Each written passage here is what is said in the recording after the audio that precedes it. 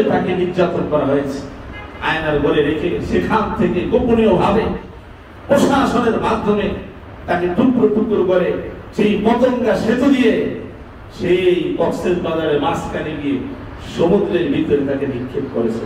তাহলে এগুলো কি জুলুম না? কথা বলেন। এগুলো তো জাতির সামনে সুস্পষ্ট, শুধু আমি বলি না, এগুলো তো সব আপনারা দেখতে পান। অতএব আল্লাহ জালেমকে ছাড় দেয় কিন্তু ছেড়ে, জালেমকে আল্লাহ ছাড় দেয় কিন্তু ছেড়ে। বলেছিলাম দুইটা জিনিসের শাস্তি, দুইটা অপরাধের শাস্তি আল্লাহ তাআলা আখিরাতের পাশাপাশি দুনিয়াতেও করে।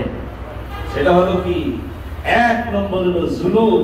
যারা জুলুম করবে, মানুষের ন্যায্য অধিকার, মানুষের প্রাপ্য যারা হরণ করবে, ওই জুলুমবাজদেরকে আল্লাহ দুনিয়াতেও ছাড়, আল্লাহ দুনিয়াতেও ছাড় দেয় না, আল্লাহ দেখে দেয় যে আমি জুলুমবাজদেরকে এইভাবে শায়েস্তা করি।